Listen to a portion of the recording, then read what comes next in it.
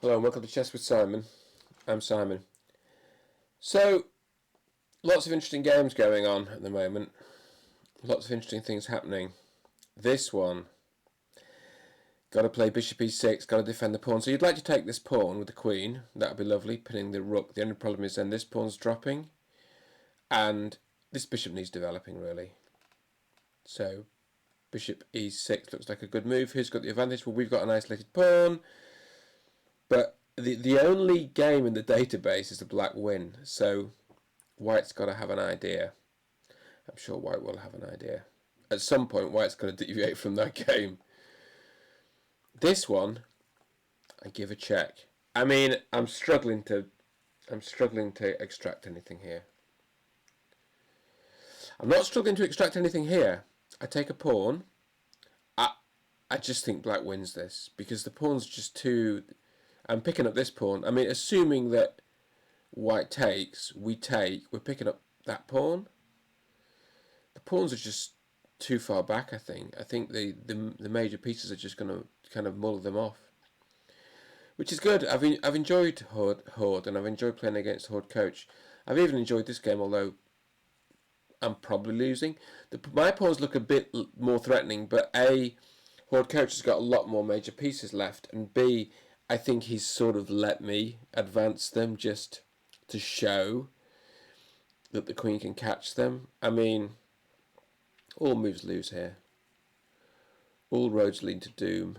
So shall we resign? Let's not resign. We'll just, let's keep it all moving. Let's keep it moving. Talking of games I'm not going to resign, this game is really interesting because I've got out because I was really boxed, and now I'm going to put my pawns on dark squares and hope to control the dark squares. I mean, okay, so a good move in this position is this. I'm a bit worried about this though. Yeah, I'm a bit worried about that.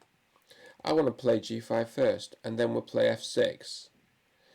But we will also... I don't think anything can stop the rook getting onto the open file, so I think that's going to be played as and when, f6 next, and then the rook on the open file, and then at some stage, I guess we're playing a minor piece endgame. It could be a long one. Could be a grind. Everyone loves a grind. I particularly love a grind. Rook d1 here in an attempt to pick off the d6 pawn. This rook might need to stay where it is because that a pawn is passed, so having a rook behind is a good idea. Yeah, like my position here. Got some queenside passes, 2 connected queenside passes. Not losing a piece, not losing a piece, not losing a piece. Liam's played b6, so this is sort of a hybrid of the orthodox Queen's Gambit declined and the Tartakova. I think, do we take? I think we take in an attempt to close the diagonal. I think the stats are quite good for us here. Take. You can't play e takes. Why can't you play?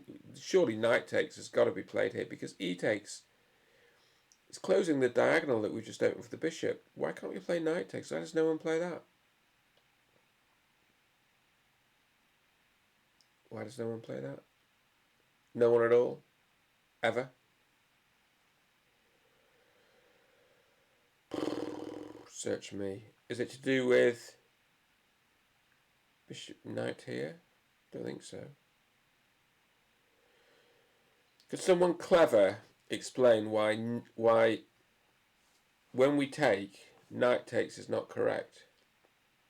Because of course, in the main line of the Tartakova where black's played h6 and there's no knight here, then I think knight takes is the old line that Boris Spassky played against Fischer. Anyway, I'm going to take.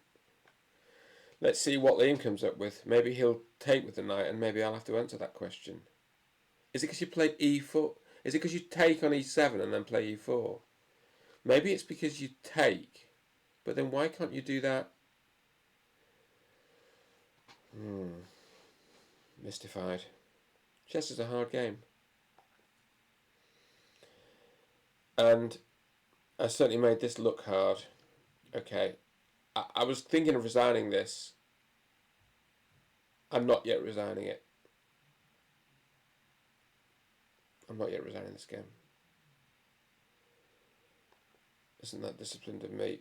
Gary's decided to swap 2 pawns. I think that's a logical move. I get that. I mean, it takes me closer to a draw because a pair of pawns come off, but I mean, strictly I've now got kind of 2 weaknesses, or perhaps just one, perhaps only g3 because f3 is defended by the bishop, but you know, I get this. It's sensible. Sensible try. This is not usually played, this move, bishop e3, and so how do we exploit it? I think the issue is there's a harmony. It usually goes to b2. There's a harmony issue because that e4 pawn is now vulnerable. So I think we play knight here, forcing white to either admit mistake and go bishop here. Oh, you probably can't, can you? I think we start taking then, and the d pawn. Well, okay, let's actually have a look. Knight here, bishop here. Takes. Yeah, I thought rook c3 actually, just harass the bishop. fc1. Takes. Oh, what's taking on c1? Bishop takes on c1. Well, so I think white has stopped trying for an advantage here. Well, this one game's a draw. White stopped trying for an advantage there, but white's not losing. You know, white's still solid, right?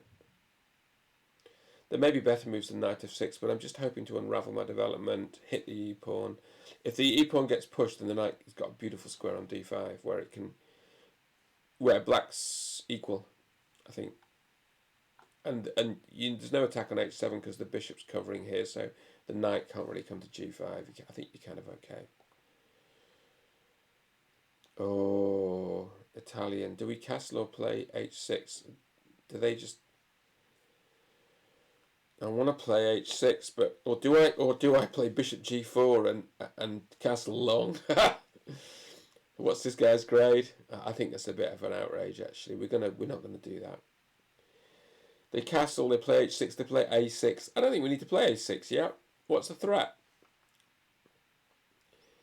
Look, h6 is a slightly better move. It's all just move orders. City.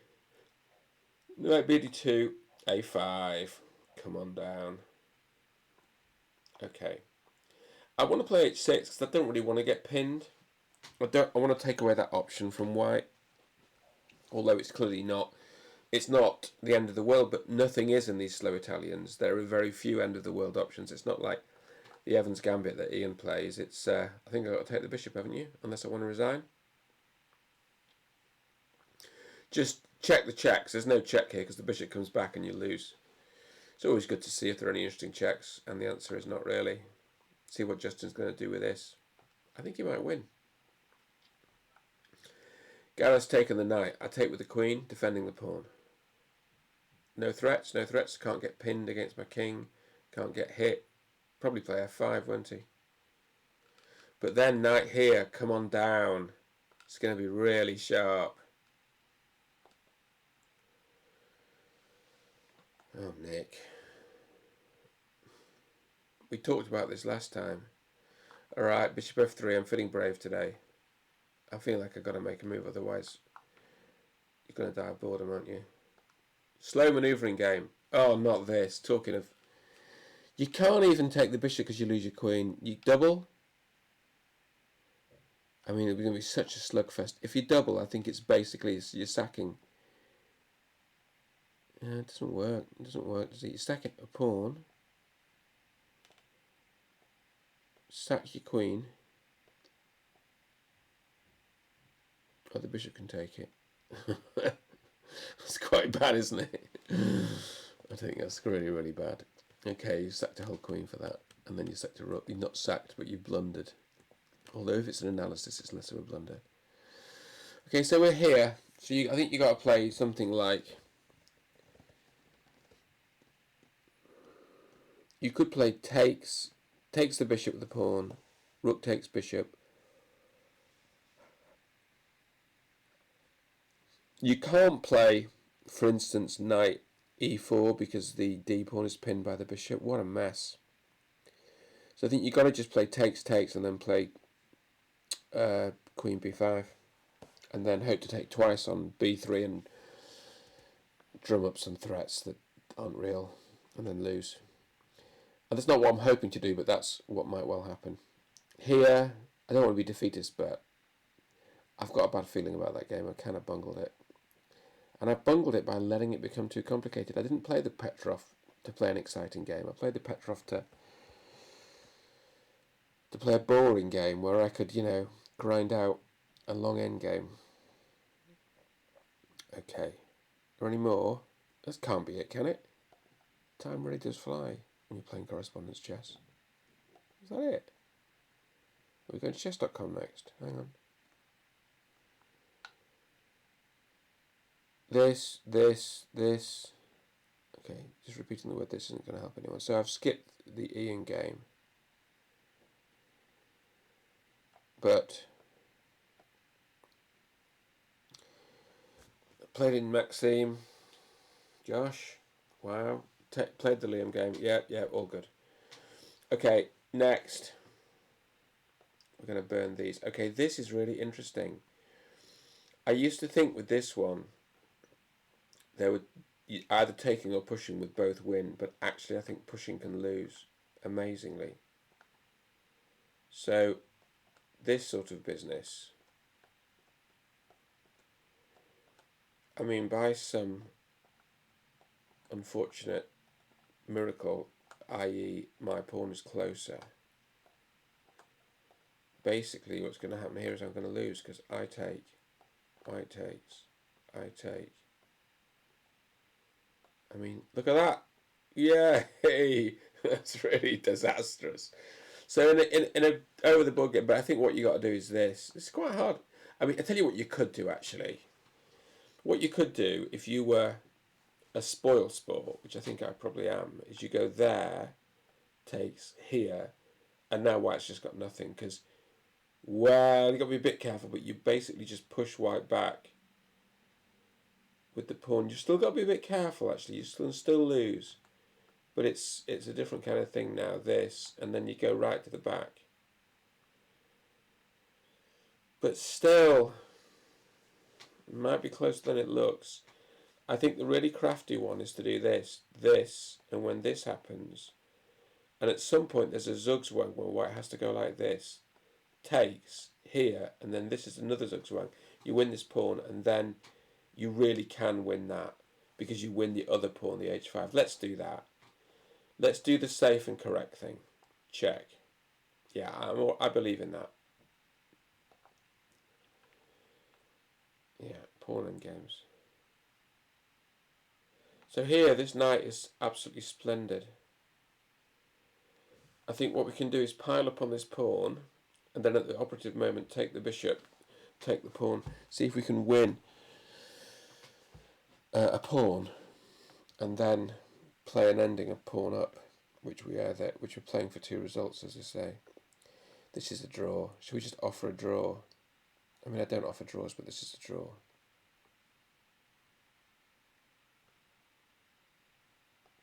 I'm to play e3 to be really annoying. There's nothing there.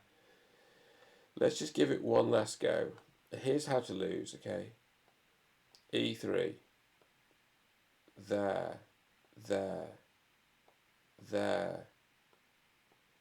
And then this then wins, because these pawns are going through. Chase, there. Chase, push. And through they go. So you can't go around the back. Which means that penetration doesn't help, so there's no point in playing e3. It's just silly. We're going to play this on the hope that black plays b5, which I think is a losing move, but I don't think black's going to do that. Well, it's definitely a losing move here because it blunders, but after c6, I don't think it's going to happen, frankly. I hope I haven't messed that up. I don't think I've messed that up. Should we play h6 with a view to playing g5? Yeah.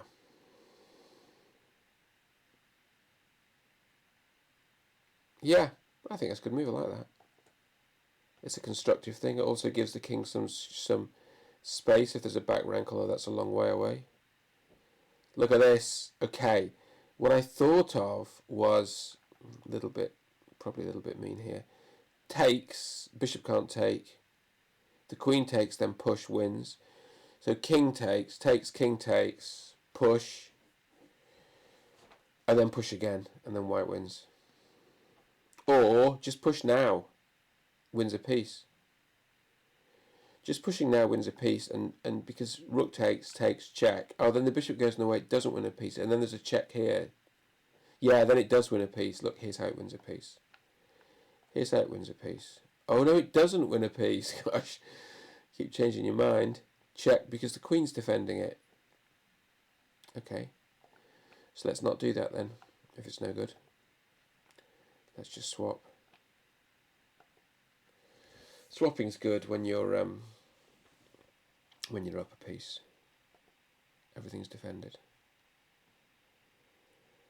What is it here? A6, or do you take this?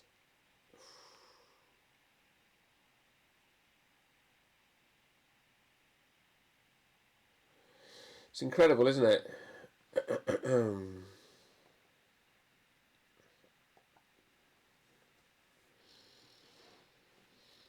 Hold coach just moved.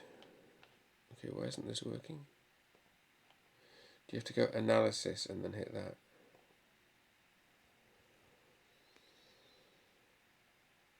No, it doesn't work. Alright, fine, I don't understand. Okay, I'll have to think about that then. I'll have to think about that.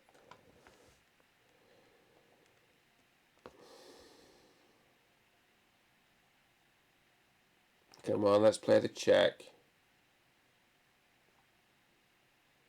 I mean, we could be kind of childish and play. I often like being childish. H6 if they take it. Oh, if you go, be careful. Actually, you actually could play H6. It's actually quite a good move. Queen, bishop H6, but when they take it, you can't do the check here because when the king moves, you take the queen. They take your queen. You got to take their rook. That's no good. But if you go here, if they take, you just take back, and then the check here is absolutely a killer. So that's actually winning material. Oh, but then they could just take this knight. Alright, fine. You persuaded me. We'll do the check, and then the bishop has to take. Bishop takes, and then you do queen h6 and mate. Neat and sweet. Okay. I don't know. No, let's get the king active. King on tour. Get the king towards the centre.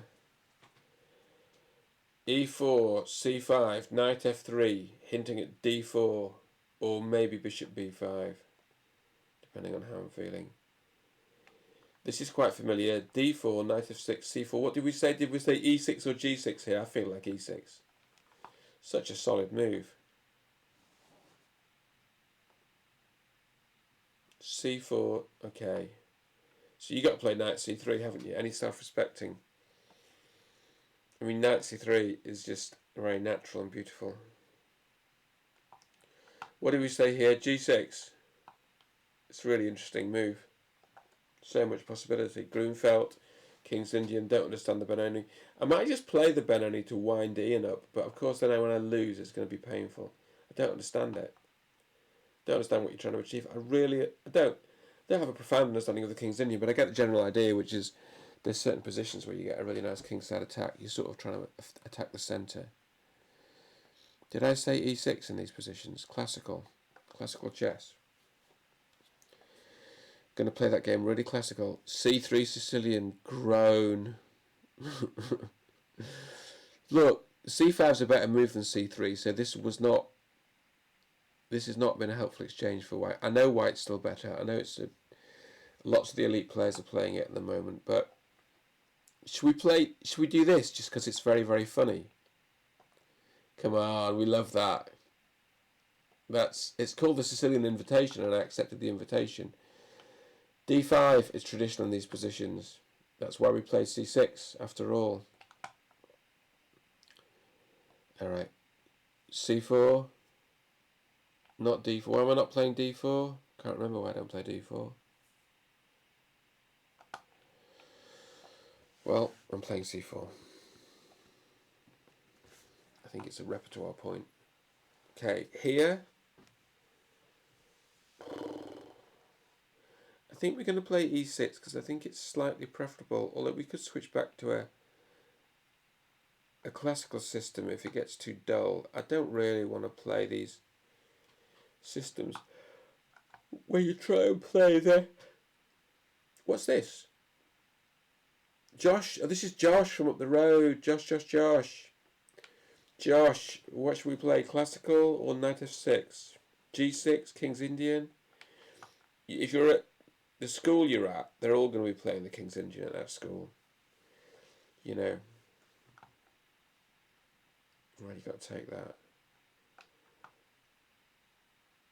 I think I played this person in Bullet, Empty Mind. Didn't we play Bullet? Small world, isn't it? Because I just thought that's obviously not the right... No, we never played before. Maybe someone else with a similarly amusing name. Okay. I take the pawn. Let's see if you can develop your queen early. The point is, experienced players will know, but for those less experienced, the Scandinavian, you can either take with the queen or you can play knight f6. I mean, you can even play c6, although that's less common. Take with the queen. Then when you play knight c3, you put the queen here, or you can also put it on d6 or d8, but you basically put it on a5. And it breaks the rules because you're not meant to develop your queen early, but actually it's not a bad opening. I mean, it's a you know, it's a viable opening. Okay, how do I get back to the game? I don't understand. I don't understand anything. The world's a mystery to me. Okay, so we're thinking about this, but we're going to try and pile up on that e-pawn. We're thinking about this. This is a c3 Sicilian, and we're trying not to think about that. This is an empty mind. d5 is a bad move. Okay, we're going to play e6. I don't know. Oh, good move, I think, moving the king up. I think that's probably very correct. Very positionally sensible. So do we play like g4 and do something very incorrect? It's alright. I don't know what to do. This is the white side of an Italian, isn't it? Is this a good idea? This whole bishop g4 idea? Very rare indeed. Very rare indeed.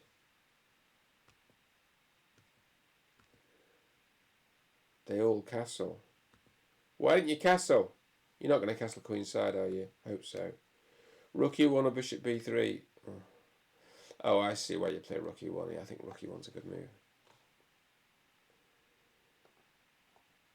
Okay. We've got to go to bed in the near future. It's 5 past midnight and I'm actually tired tonight. Good move, very interesting, very cagey but very understandable. We were just trying to take their, probably might be just trying to take their pawn, but rook here, hangs on to it, doesn't it? Very interesting. I mean, black's better here. I bungled it, but you know, but it's not like over.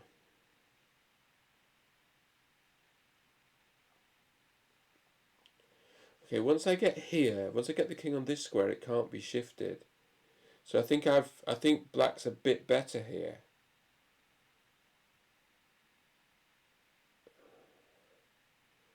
I think black's a bit better.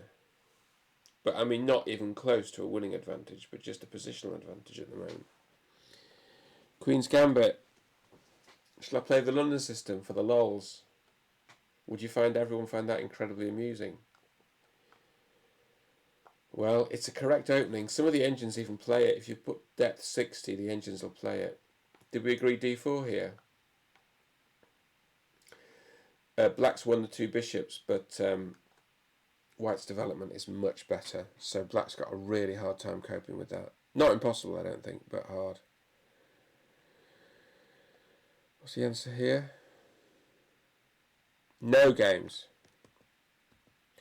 Yeah, I think this push is a bit odd because if I can install a knight on e5, then this g6 square is weak. How do you get out of Explorer? Come on, can anyone tell me how to get out of Explorer? This is worse. You just close it, do you? Good going. Seen this.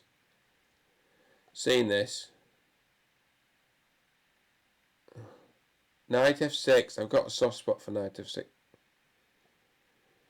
think d5 is a slightly stronger move, but it's also quite a boring move. Come on, let's play knight f6. I got into some trouble in the theory of that on the black side. Is this everything? Is it time for our nightly tactics problem before we go to bed? Come on then. White to move. So, knight f6 is a check. And then the king goes in the corner. And then there's a queen check, which sacks the whole queen. No, knight f6 is a check. And then we're winning the rook. Wow. With the knight. But is that really the idea behind the puzzle? Knight f6 is a check, king in the corner. King in the corner. Queen e4 threatens checkmate on h7. So pawn takes the knight will be the natural move.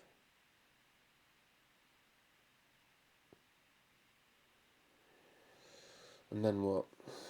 Knight f6. That queen looks like she's meant to be part of this. King in the corner.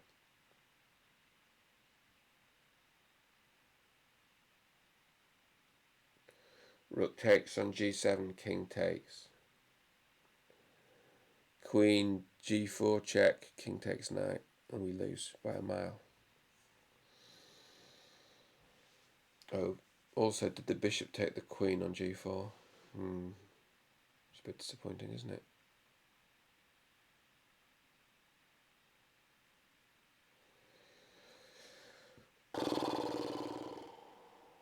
What about what happens if you do rook check on, this is going to work, rook check on g7, king takes, rook check on g3, king in the corner,